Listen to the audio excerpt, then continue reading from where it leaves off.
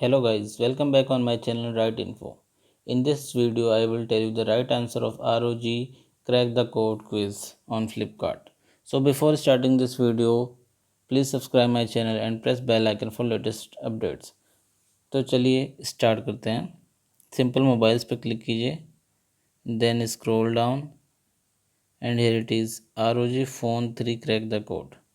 इस पर क्लिक कीजिए, then click on submit your answer.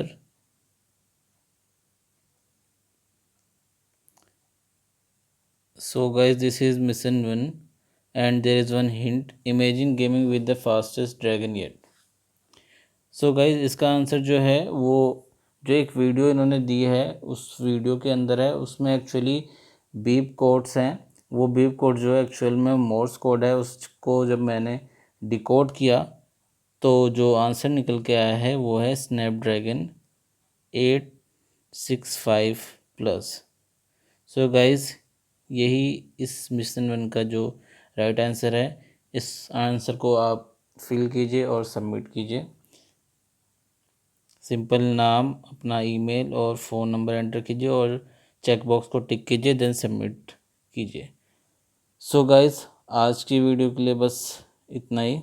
Before ending this video, like, comment and share, and thanks for watching.